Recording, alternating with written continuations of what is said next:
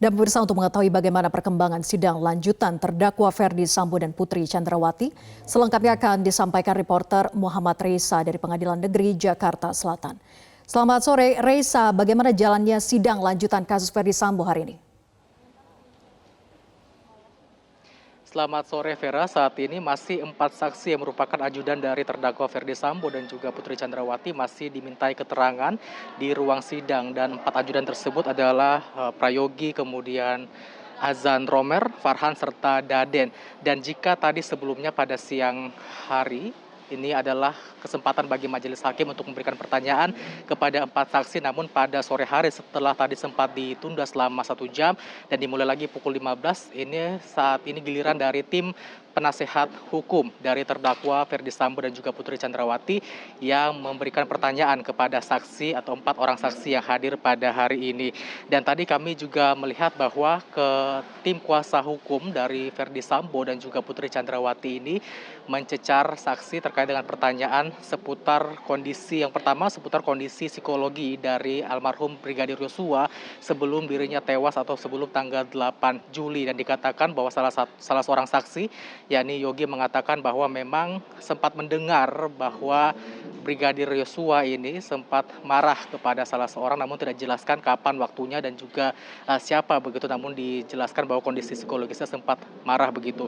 Kemudian juga tadi tim penasihat hukum dari terdakwa Ferdi Sambo dan juga Putri Chandrawati ini menggali terkait dengan kebiasaan isoman dari keluarga Ferdi Sambo dan juga Putri Chandrawati. Dijelaskan bahwa rumah di Duren Sawit 3 ini merupakan juga lokasi dari mereka untuk isoman begitu, dan juga rutin melakukan isoman, bahkan tadi dijelaskan waktunya bisa sampai sebulan untuk melaksanakan isoman di dalam rumah tersebut. Kemudian tadi juga baru saja kembali lagi dibahas terkait dengan jenis-jenis senjata yang juga dimiliki baik dari terdakwa Ferdi Sambo dan juga para ajudannya, ada 8 ajudannya. Dan tadi juga kami melihat baru saja diputarkan CCTV, namun kami tidak bisa melihat dengan jelas CCTV apa yang kemudian diputarkan. Ini juga tentu untuk meng-cross check terkait dengan bagaimana sinkronisasi antara kejadian yang satu dengan kejadian yang lainnya, utamanya pada saat hari Jumat di 8 Juli saat Brigadir Yosua ini tewas ditemukan di rumah Duren 3. Dan juga saat ini pun setelah nantinya keempat saksi yang merupakan ajudan dari Ferdi Sambo, pemeriksaan saksi akan dilanjutkan dengan 6 orang lainnya yang saat ini masih berada di ruang terpisah. Ke-6 orang lainnya tersebut adalah dari 3 security, yaitu ada Alfonsius, Marjuki, dan juga Damianus, dan 3 asisten rumah tangga yang juga 2 lainnya sudah pernah hadir di persidangan sebelumnya, yakni ada Susi, kemudian Diryanto atau Kodir, dan juga Abdul Somad. Dan rencananya akan dilaksanakan pemeriksaan terhadap 6 orang ini setelah 4 ajudan dari Ferdi Sambo dan juga Putri Chandrawati ini selesai dimintai keterangan pada hari ini. Vera. Ya, Reza, apa saja poin yang dicecar oleh majelis hakim kepada para saksi ini?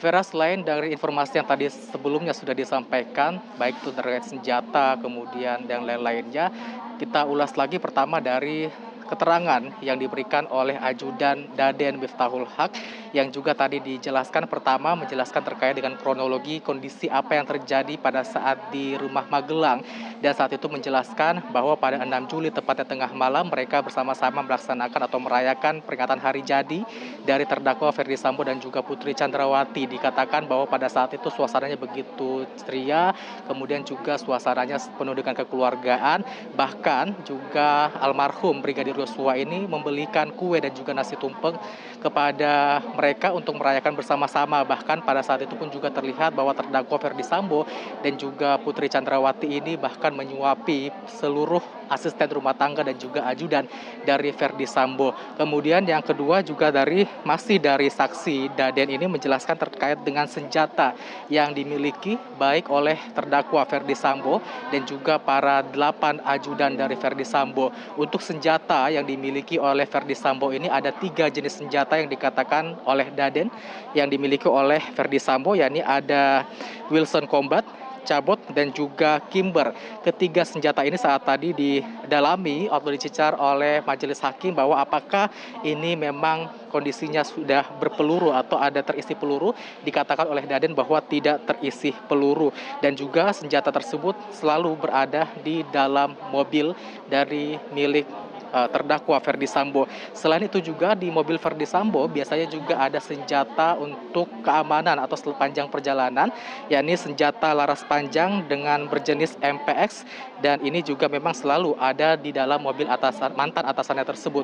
Kemudian dijelaskan juga bahwa selain laras panjang yang berjenis MPX yang biasanya digunakan oleh para ajudannya, namun juga para ajudan memiliki senjata organik. Ada berbagai macam jenis senjata organik, setidaknya kami catat ada 3 senjata organik yang dimiliki oleh 8 ajudan dari Ferdi Sambo, yakni ada yang berjenis Glock 17, Sig Sauer, dan juga HS9 yang dimiliki oleh para ajudan. Namun tadi Daden tidak menjelaskan atau lupa, begitu dikatakan lupa ketika ditanya oleh majelis hakim terkait dengan siapa saja pemilik atau jenis-jenis senjata apa yang dimiliki oleh 8 ajudan tersebut.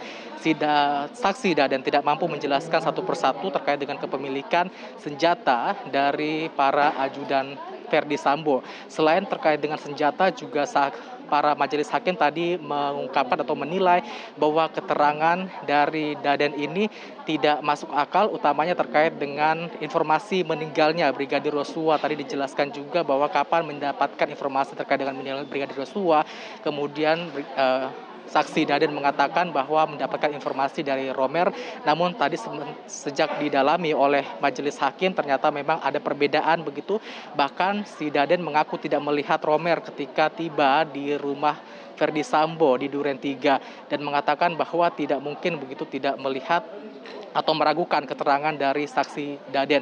Bahkan juga ini dikatakan majelis hakim terkait dengan dugaan apakah Daden ini melakukan penggeledahan begitu di adik dari Brigadir Yosua, namun tadi dijelaskan bahwa Reza mengaku tidak mendapatkan atau tidak dilakukan geledah, namun dari Daden sendiri mengaku memang tidak melakukan penggeledahan terhadap keluarga dari Yosua ini.